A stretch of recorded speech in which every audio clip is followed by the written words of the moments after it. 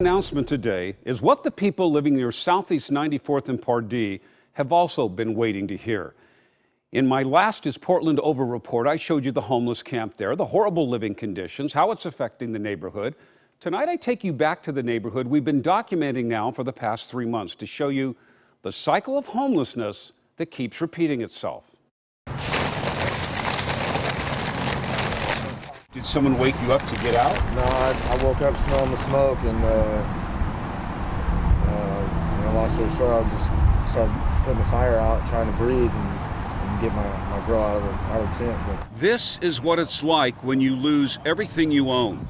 The night before, a fire destroyed Fernando's tent. He was burning a candle to keep warm. He and his girlfriend barely escaped. There's nothing left of the gear. This is just a whole garbage now, but see, I had this and it was just burnt to a crisp.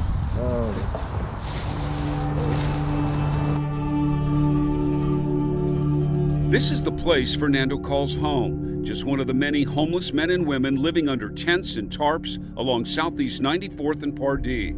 Over the last 3 months, we've documented this human tragedy, homeless living among the filth, neighbors helpless, overwhelmed by the garbage and trash and used needles spilling onto the streets and sidewalks. As for the fire that destroyed Fernando's tent, they happen all the time, once a week. And these are brutal fires. They're scary. Todd Littlefield lives directly across the street from where the fire broke out. His neighbor has had several close calls. She's had dozens of fires right next to her home that if they weren't home to put them out in the middle of the night, their home would have been inflamed. A month ago, we were there as crews moved in to clean up this area. And within a few days, the tents, tarps, and homeless, along with piles of garbage, returned. Will and Ashley have been living in a broken-down trailer on the street. They don't like living in garbage or what people think of when they see the trash. Like, oh, you're homeless, so you're dirty homeless. You know what I'm saying? Like, or you're trashy because your neighbor's trashy. It's really, I actually feel for the homeowners a lot because as a homeowner, and I have kids, so like I wouldn't want to have to come out here and see all of this. Neighborhoods becoming eyesores and health hazards, the homeless forced out by a cleanup only to return again. This is the unending cycle you see across the city. You can blame city and county leaders for a lack of a urgent, effective homeless plan, or become part of the solution and tackle the problem with simple acts of decency and kindness. Well, anybody that needs a shower, we give them a shower. The shower truck is what saved my life, actually. I was homeless for 7 years, and I didn't take my first shower till about a year into being homeless. Sandra Fairbank is part of a group called Cultivate Initiatives. Every Monday, their shower truck sets up at Lentz Park, offering the homeless a place to clean up. Well, they come in and they sign their name, and then we offer them clothing if they need a set of clean clothes. And then once on the sign-up sheet, once they're ready, we call their name. Then they'll go onto the truck and they'll get their toiletries. They'll get a towel and washcloth, and they'll go into their shower and take their shower. They also get a chance to do something we all take for granted: clean themselves. This weekly gathering at Lentz Park is called a wellness fair. It's set up just a stone's throw away from 94th and Pardee, where homeless services are desperately needed.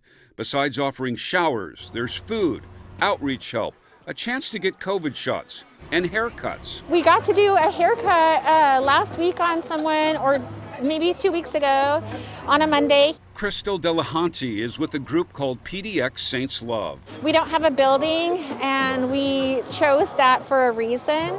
Our idea is to come exactly where people are at in the crisis that they're facing and the trauma that they're facing, and let them know that we're here. PDX Saints Love also helps those who have no record of themselves, like a recent homeless couple they helped get off the streets and into housing. We signed them up through some coordinated housing access, but there were a lot of barriers to that. They didn't have identifying information, birth certificate, or any of those things. Because of PDX Saints Love, that couple now has a home. The first week of January, they moved into their brand new apartment, and Just yesterday, they got their furniture delivered, so they sent us pictures. This morning, I got a beautiful picture of him cutting up vegetables and putting it in his crock pot.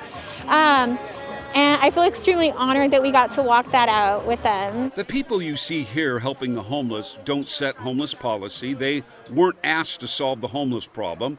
They're people like you and me who saw something wrong and are trying to make it right. 10 years ago, I came from homelessness and addiction myself, and so I felt like I could understand a little bit more. Neighbors also understand the problem. They live next to it. Some volunteer at the wellness fair, and they take part in neighborhood cleanups, even if the results don't last long. Bless the hearts of the people that are organizing and doing the cleanups, and I'm a part of that. But for the neighborhoods and or for the campers, it does nothing. Reality, let's be honest, it does nothing. It solves nothing. No, there aren't any trash services for folks living outside, and no one wants to be living this way. Taylor Knightsky is with Solve. For decades, they've organized volunteers and groups to come together for cleanups across Oregon. Those cleanups now include homeless camps like this one.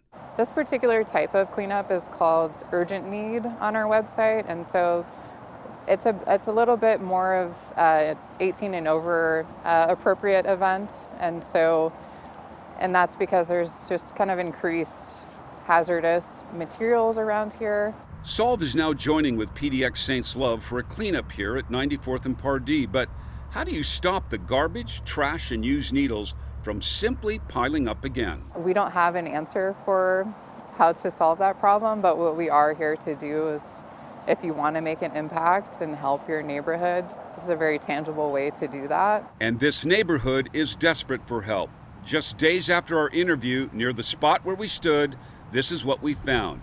Bags and bags of trash piled high, new and growing piles of garbage, and used needles on the ground. They're trying to help with services, and they're not trying to end the problem. We need solutions that end the problem, and the root cause is mental illness and drug addiction. So if we're not tackling those two issues, we're wasting our time, energy, and taxpayer money, and it's never going to be solved. City Commissioner Dan Ryan is in charge of the Housing Bureau and leading the charge on safe rest villages for the homeless. He says we can't ignore the obvious. Drug addiction is fueling the homeless crisis. We're choosing to tolerate the intolerable, if you will. And it creates a big division, and it creates a lack of trust for those who have lived in Portland a long time and love this city. Compassion versus tolerance. Where do we as a city and a community draw the line? Back at 94th and Pardee, as Fernando sifts through the ashes of his burned out tent, he shows me the birthday presents he had bought for his daughter. So those were the gifts you had for your daughter? Got a bunch of gifts for him and basically burnt almost everything I own. There will be no birthday presents this year, maybe next year. It burnt through here, but it didn't burn the rest of it. And all the stuff for my kid and for my girlfriend is burnt. And that's the reality of life on Southeast 94th and Pardee. So our Is Portland Over series asks the question as we focus on the facts, we look for solutions, and we hold local leaders accountable for policy to deal with this issue. We believe Portland's best days are still ahead, but only if we all become aware and involved in doing our part. And you can volunteer at that Solve cleanup at 94th and Pardee on Friday, March 25th. Remember, you have to be 18 years or older.